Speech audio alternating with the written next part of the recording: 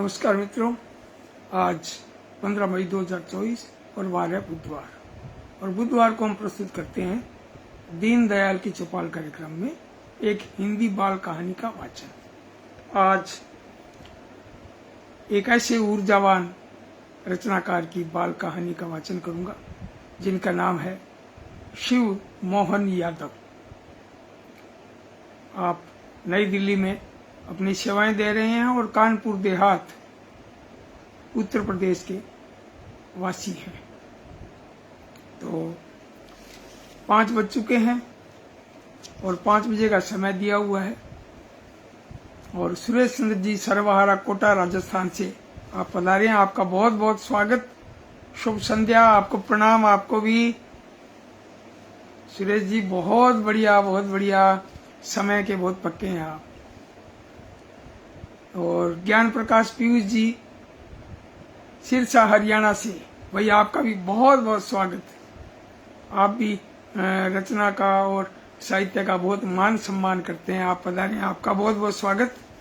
और अब मैं शिव मोहन यादव की बाल कहानी शुरू करूं, इससे पहले इनका संक्षेप में परिचय दूं। उदयपुर से डॉक्टर गोपाल राजगोपाल जी पधारे हैं, आपका बहुत बहुत स्वागत। डॉक्टर गोपाल राजगोपाल जी का स्वागत करता हूं। और ज्ञान प्रकाश जी, पीयूष और सुरेश चंद्र जी सरवाहारा आप पधारे, आपका भी हार्दिक अभिनंदन और स्वागत। और मुझे दिख रहे हैं संत कुमार जी का एक छोटा सा फोटो दिख रहा है साइड में, लगता है वे भी पधारने वाले हैं। आ गए, बिल्कुल स्वागत आपका संत कुमार वाजपेयी संत, है ना, खीरी गोला गोकर्णनाथ खीरी से भाई पधारे, आपका बहुत बहुत स्वागत। अब मैं शिव मोहन यादव जी की कहानी से पहले उनका एक संक्षिप्त में परिचय। बाल साहित्यकार शिव मोहन यादव का जन्म उत्तर प्रदेश राज्य के कानपुर देहात में 1 मई 1990 को हुआ। भाई शिव मोहन जी भी आ गए हैं, स्वागत आपका बहुत बहुत। तो 1 मई अभी गई है, आज 15 दिन हो गए। तो सबसे पहले तो आपको जन्मदिन की बधाई। और आगे मैं आपके बारे में बताता हूँ कि आपकी शिक्षा में जो है, आप हिंदी साहित्य में आप MA हैं, नेट JRF और MA जनसंचार एवं पत्रकारिता में भी आपने MA किया है। और इसके अलावा आप कहानी, कविता, नाटक, उपन्यास आदि विधाओं में सृजनरत हैं। और आपकी पहली रचना वर्ष 2006 में राजस्थान पत्रिका की एक सहयोगी पत्रिका थी, आजकल तो बंद हो गई, बाल हंस, इसमें आपकी बाल कहानी छपी थी ईमानदारी 2006 में। और आपकी आधा दर्जन किताबें जो है प्रकाशित हैं। लल्ला और बिट्टी सबसे पहले आई थी 2018 में, ये बाल कहानी संग्रह।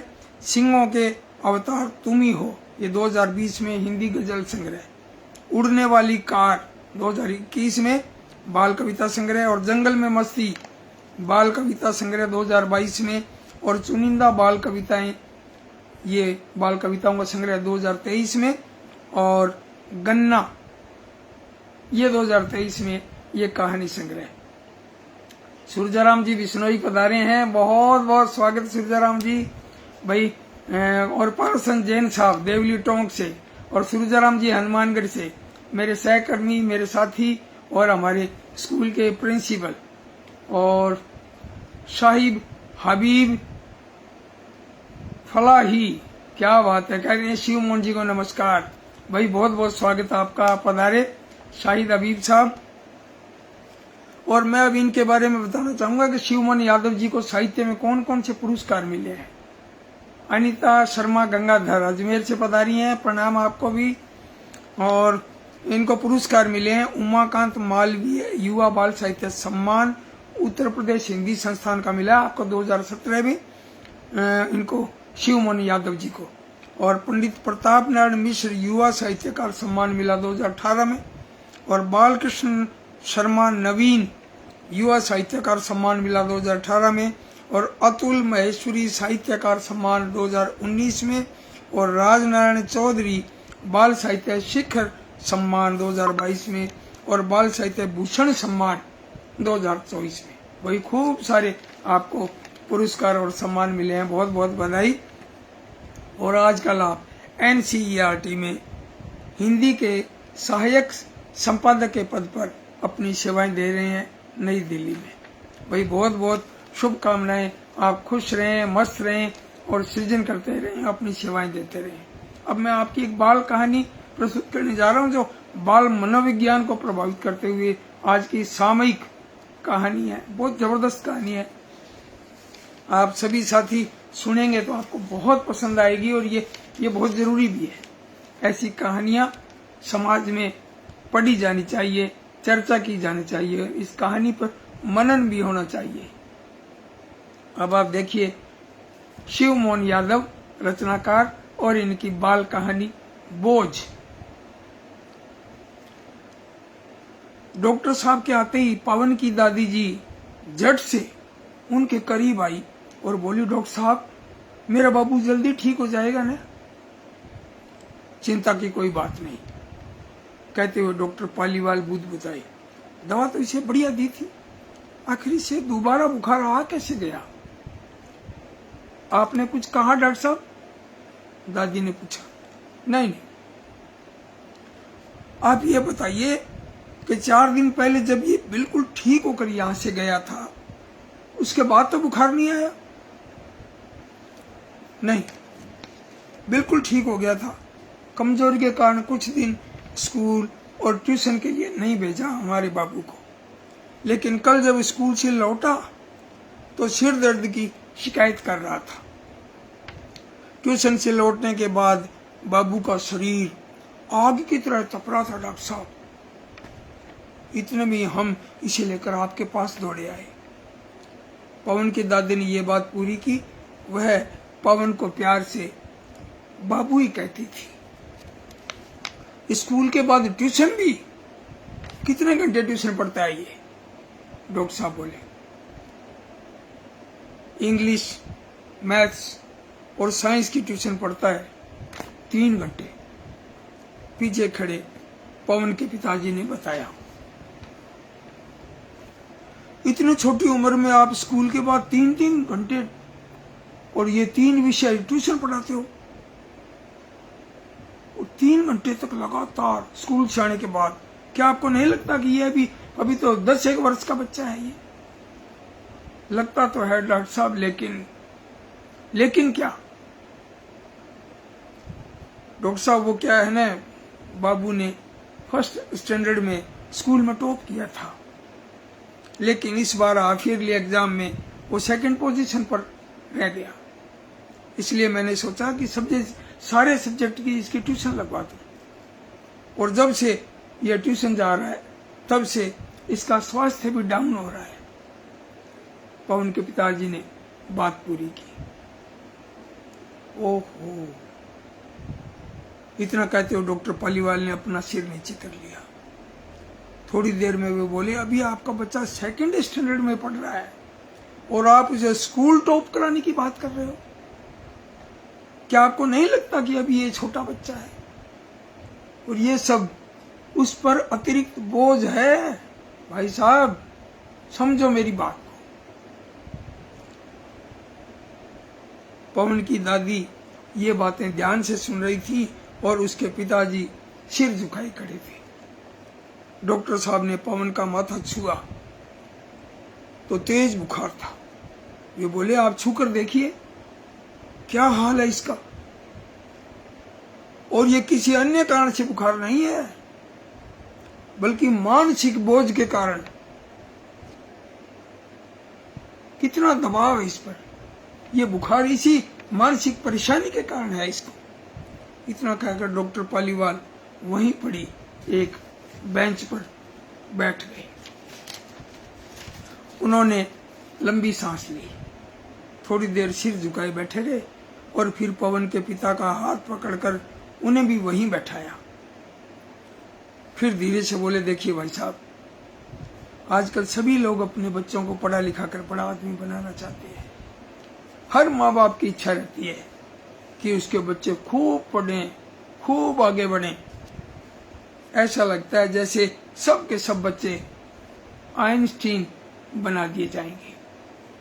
अरे इस भागम भाग में ये तो मत भूलिए कि आपके बच्चे अभी बच्चे हैं, वे भी खेलना चाहते हैं, वे भी हंसना चाहते हैं, वे अपने मन का कुछ करना चाहते हैं। कम से कम उनका बचपन तो मत छीनो भाई। सॉरी डॉक्टर साहब, अब हम बाबू पर ज्यादा बोझ नहीं डालेंगे, पवन के पिताजी ने दुखी स्वर में कहा। डॉक्टर पालीवाल मुस्कुराए और बोले, आप पवन को खेलने दीजिए, इसे खाने के लिए पौष्टिक फल और हरी सब्जियां दीजिए, इससे उसका स्वास्थ्य ठीक हो जाएगा और जब स्वास्थ्य सही होगा तो वह पढ़ने में भी होशियार हो जाएगा। डॉक्टर साहब ने पवन को थोड़ी दवा दी और कहा, अब आपका बाबू जल्दी ठीक हो जाएगा। इतना सुनकर पवन के पिताजी और उसकी दादी जी के चेहरे पर मुस्कान आ गई। तो भाई ये कहानी शिव मोहन यादव की बाल कहानी, भाई कहानी पढ़कर मजा आ गया। ऐसा लगा जैसे पूरी पिक्चर देख ली।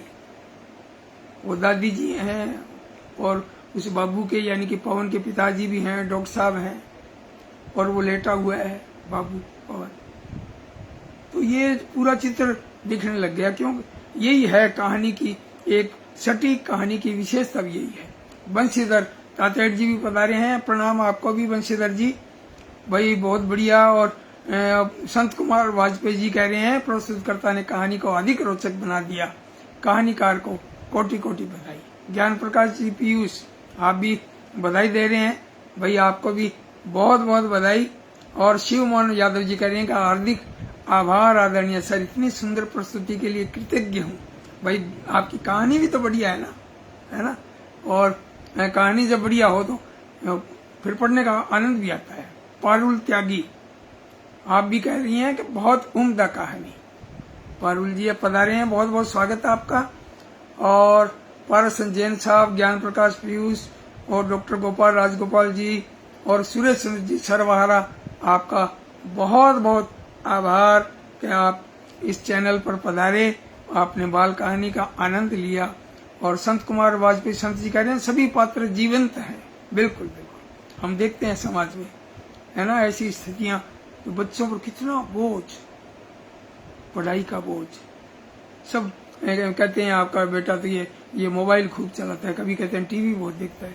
अरे भाई इतना ऐसे 24 घंटे मत पढ़ाओ, है ना।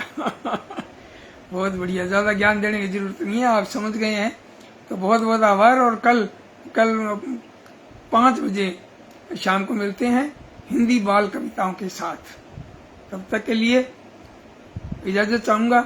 और अनीता शर्मा जी जो अजमेर से कह रही हैं, बिल्कुल सही, आज बच्चों को इसी समस्या का सामना करना पड़ रहा है, बिल्कुल सही कहा। तो कल मिलते हैं शाम को 5 बजे हिंदी बाल कविताओं के साथ। आपका बहुत बहुत आभार, नमस्कार, धन्यवाद।